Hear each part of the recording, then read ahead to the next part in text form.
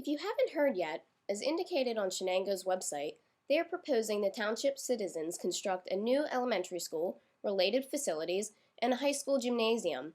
But is this a good or a bad thing for the people of Shenango? Register to vote by October 5th if you haven't already. There is a voter registration link at the end of the video and in this video's details section. Voting day is November 3rd. Shenango says, a great education needs a great space. To grow, learn, and develop at their best, children need a space that supports today's learning methodologies. At 90 years old, our elementary school does not. Make Shenango Great video claims we're at a disadvantage with the current facilities and that we're not competitive with everyone else. They're saying that growing, learning, and developing at their best is important for Shenango to be successful. I'm definitely all for learning and a quality education.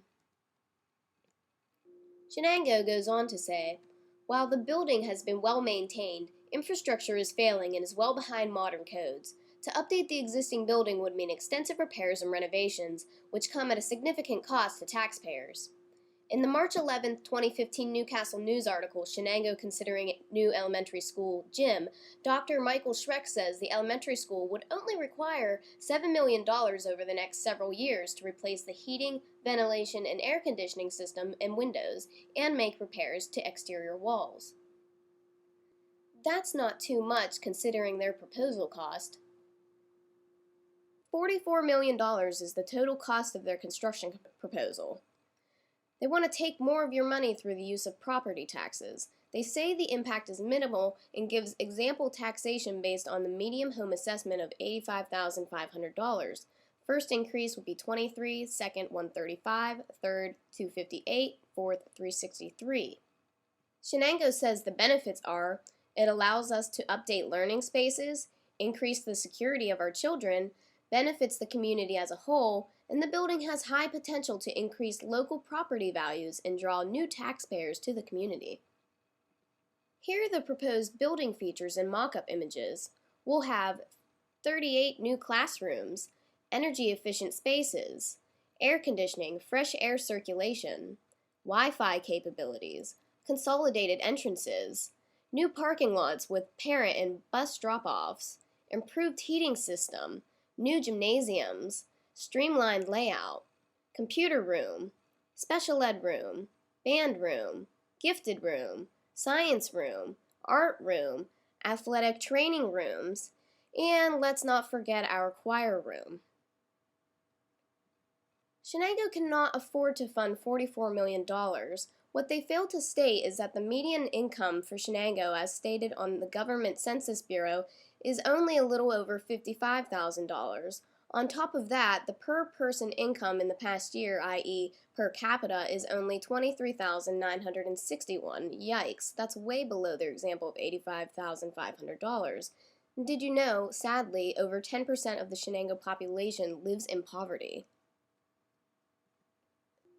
Let's look at current Shenango funding sources.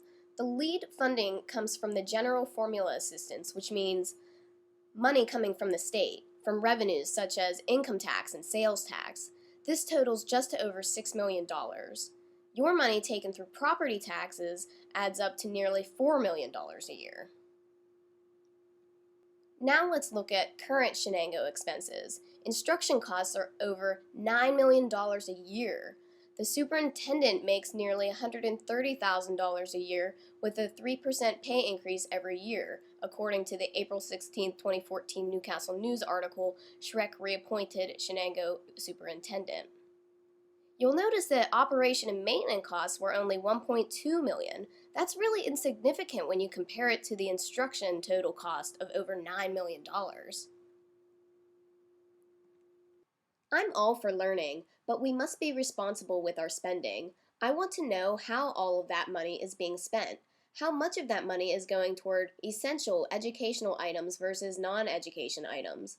Educational items being things like classrooms and the technologies for students to use, and the non-educational items being things like gymnasiums and athletic-related items. If non-educational items are beyond 30% of the overall spending, that's too much money. We should be focusing our hard-earned money on quality educational items for our children. Shenango says that with a modern building that reflects the quality of our education, more families and businesses will move to the Shenango area, causing an economic boost and an increase in our property values. But really, do schools draw an increased population? No, it doesn't. Jobs are what causes increases in the population, and unfortunately, employment is very low in the area. Let's investigate this further. The U.S. Census shows that in Shenango, total employment and employer establishments in 2013 were so low that it did not meet standard minimums and result in a value on the U.S. Census, resulting in an X status as seen in the screenshot below. What does that mean? That means productivity and jobs are way down in the area. In civilian labor force, total percent of the population aged 16 and older between 2009 and 2013 was only a measly 61% in Shenango. Jobs aren't being generated in the area. A recent example of this, Portersville Valve built a new building by where Shenango Bolaway used to be, but that didn't create any new jobs because they transferred all of their employees. Since we only have 61% of people in the workforce, what's the other 39% of the population doing? Those 39% would more than likely be either retired or living off social welfare. How many people living in Shenango are either retired or living on social welfare? I did extensive research but couldn't find any specific information on it. One may estimate it to total around 35% when you add 10% of people living in poverty and an estimated 25% of individuals being retired. What I did find worth noting is that Pennsylvania is one of the top states for the highest proportion of people who are at least 65 years or older, and coming in at over 15% of the overall Pennsylvania population. And when you look at the overall population numbers for the county, Lawrence County population has dropped significantly over the past decades. You can see between 2010 and 2013, it dropped below 90,000 people. In Shenango, the population decreased 3.24% from 2009 to 2014, dropping to around 7,400 people. And the persons per household is only 2.63. As for the younger population, they make up less than 5% of the population, and it was so low in 2013, it didn't meet minimum criteria to display a value. Amongst all of this information, though, Shenango is a competitive school. Shenango's SMART rating is 91, which is significantly higher than the Pennsylvania average of 61.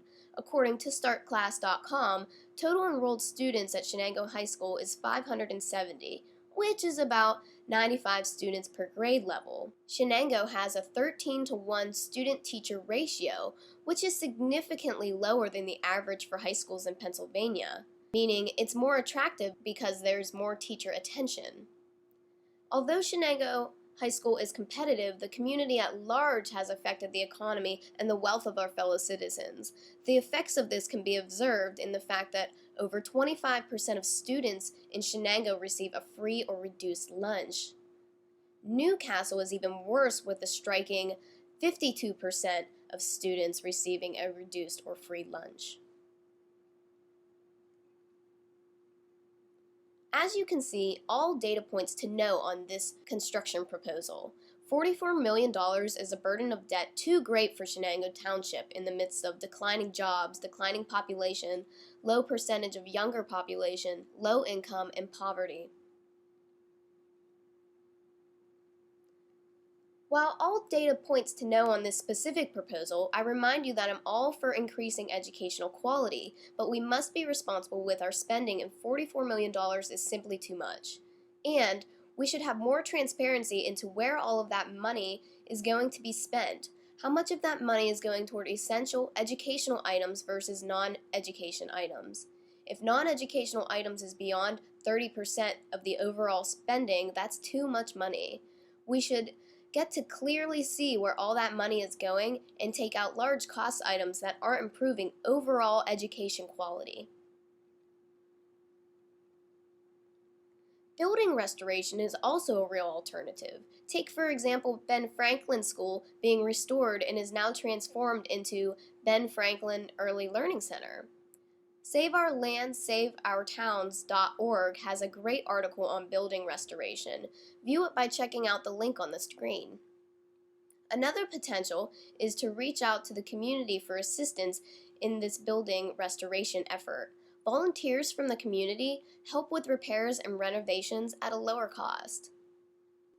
Other alternative solutions could involve creative use of existing unused spaces, adopt and leverage modern homeschooling practices. High-quality education does not need to be really expensive. The average homeschooling family spends $500 per child per year versus the average public high school spending $9,963 per child per year. I sincerely wish the best for Shenango's students and Shenango's residents. We must spend wisely and not follow in the footsteps of our national debt, which I remind you is $18 trillion and counting, and that burden is on the younger generations.